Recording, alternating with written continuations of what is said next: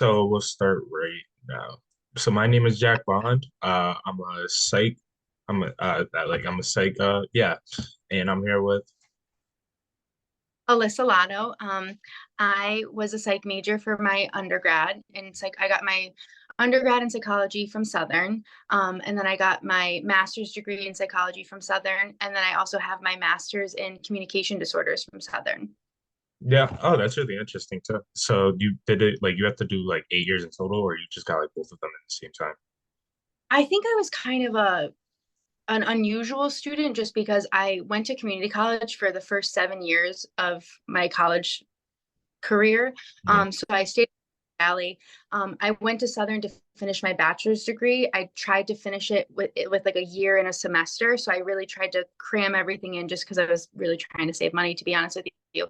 And it was in doing that, I was really interested in psychology, and I was like, I really like this field. I want to like learn more about it and kind of explore my options within the field.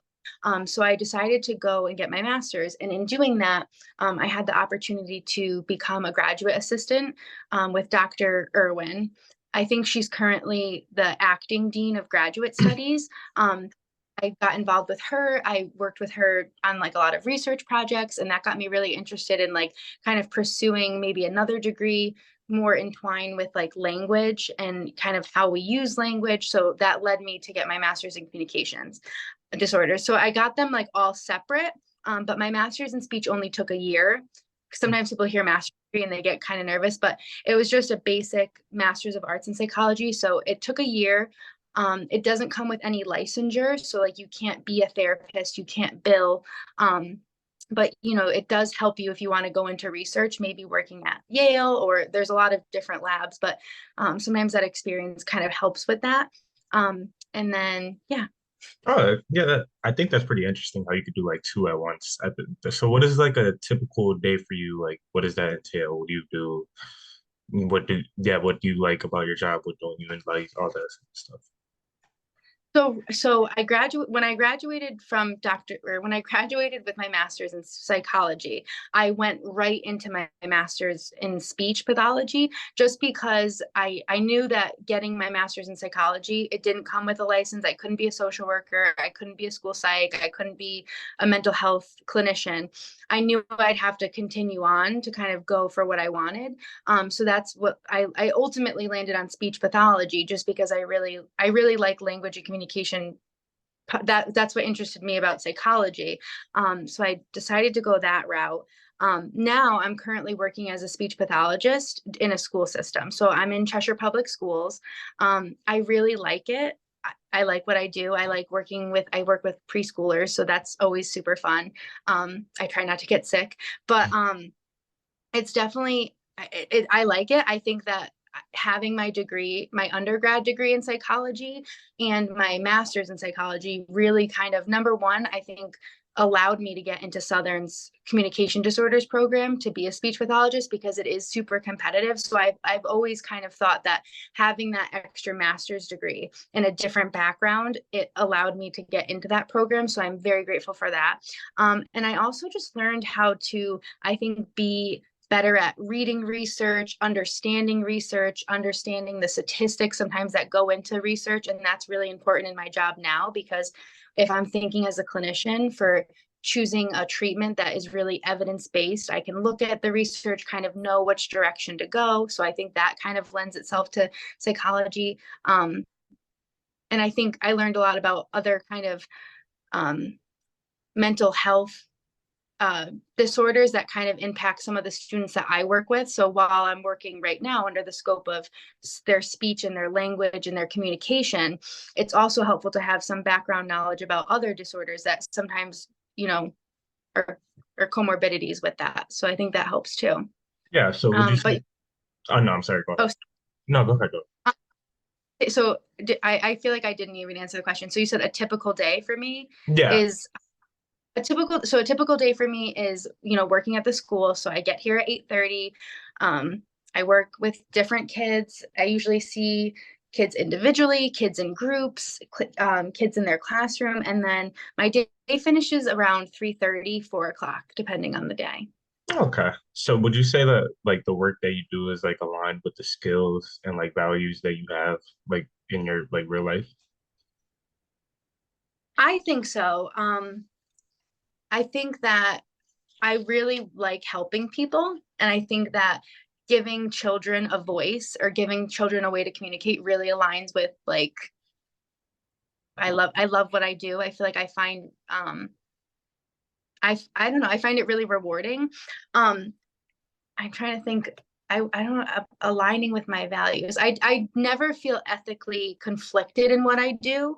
The only time sometimes, obviously working in a public school, I can't always disclose certain things because then the school district would be obligated to pay for those things. So I think sometimes you have to walk a little bit of a fine line between um, maybe saying too much. But other than that, I wouldn't say there's any ethical conundrums that I run into. Yeah. So would you say with your position, there's like a lot of possibilities for advancements, or is there like any other opportunities like that to like get another job that, you know, yeah. So I mean, with thinking about my degree in communications disorders, I think it allows me to get other jobs as a speech pathologist just because that's, the licensure hold. And I could work in any setting. I could work in medical school. But thinking about my psychology degree, I think you're a psych undergrad is a really good jumping off point to kind of think about where you want to go further. I always say that one of the things at Southern, and I'm I love Southern. Obviously, I have 3 degrees from them. I wouldn't have kept going if I didn't find it. I learned a lot, obviously, at Southern, just about psychology, about my coursework.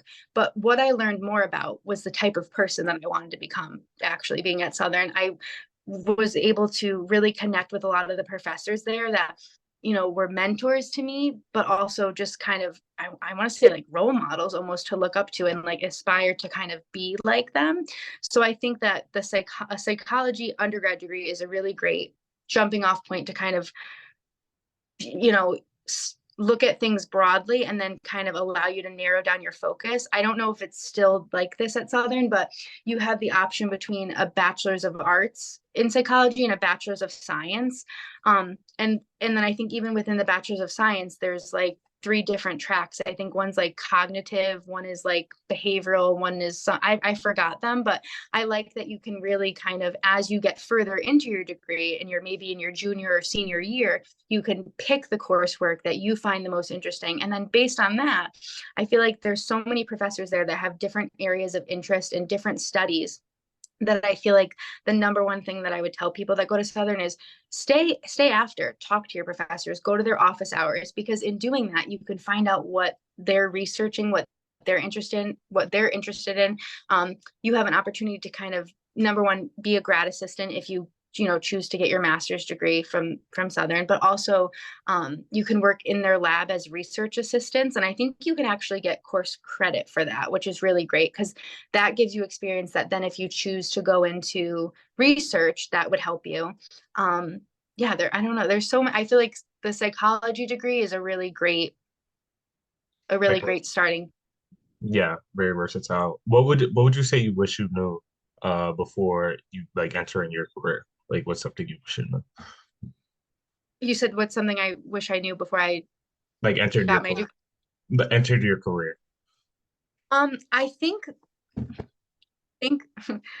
that sometimes when you're in school, the way that you learn about things is very black and white.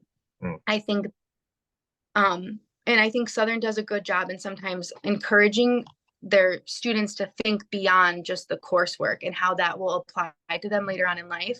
But I think sometimes when you're a student and you're caught up in the moment and you're trying to get good grades and you're trying to balance hanging out with your family and your friends and all that stuff, I think sometimes you lose sight of that and you're like, you know what, let me just get this discussion board post done for the grade for the 100.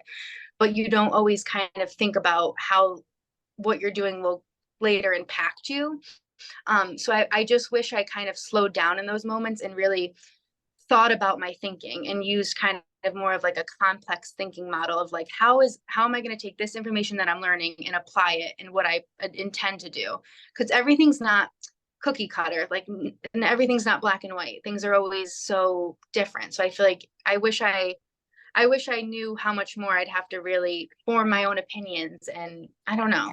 because I think sometimes when you're in school, it's easier just to kind of be like, oh, well, the teacher said this is right, so it's right. But Hmm. it's like, it right? Like, let me think about my thinking and question why it is the right answer. So I think that's the one thing a piece of advice that I would give is just slow down in those moments. And if you're not sure of something, really question it and dive deeper, think further about it.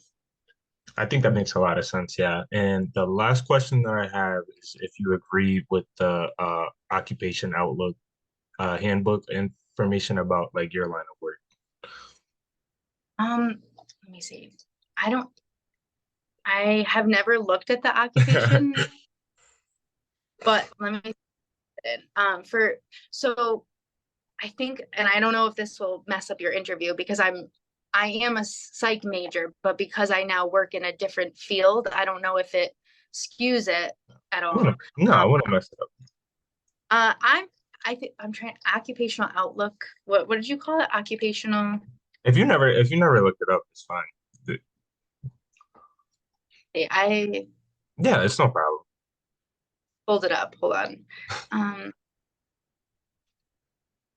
let's see. Okay. Um, yeah, I would agree with it. Maybe not the pay. The pay is a little bit higher on here than I like it, but no, I think it matches. I think again, the in speech pathology, it could really, if you're in a school setting and you're only working those 8 months or 9 months out of the year versus like if you're in a medical setting working 12, there's such a discrepancy in pay just because, you know. Um, but yeah, no, I would agree with it. Yeah. So that's the interview. Something that I learned from you was I thought, but what you said about like taking your time with even like the little assignments, like the discussion boards and stuff, I think that like really resonates with every college student because most of the time we're just doing work to get it out the way. But like you said, realizing what like the importance of it will be like further down your career could like make the difference in like having a great career or not. So I appreciate you for doing this. Thank you so much. And yeah, that's the interview. Thank you. You're welcome.